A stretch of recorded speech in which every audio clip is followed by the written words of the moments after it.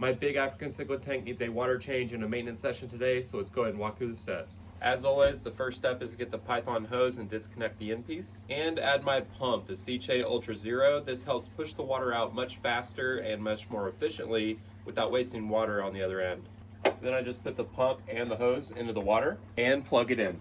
As this starts to drain, I need to turn off my two wave makers, so I'll go in the Sicce app and just turn both of those off.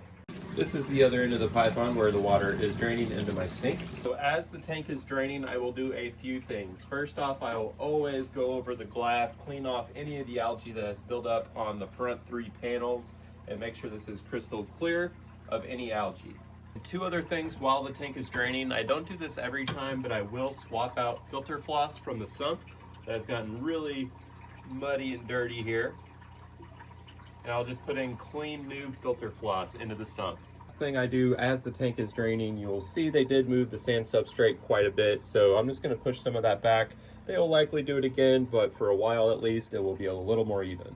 Also in this tank, it's important to note that I do have an algae scrubber, which basically acts like live plants, consistently pulling out nitrates, so I don't have to do these water changes quite as much as a typical African cichlid tank would.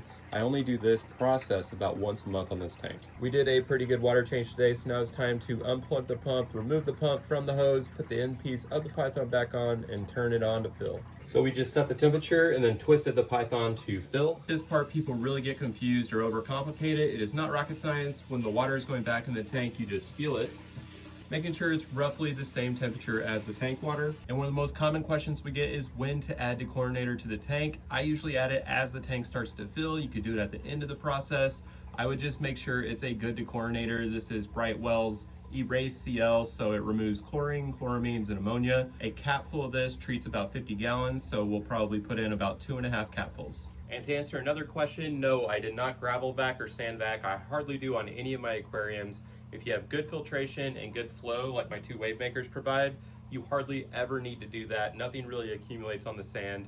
You'll see that all the substrates in my tanks are pretty pristine, and that in most cases, gravel vacuuming is not needed for my tanks. So that's the complete water change process for this big tank and most of my other aquariums. If you have any questions, leave them down in the comment section.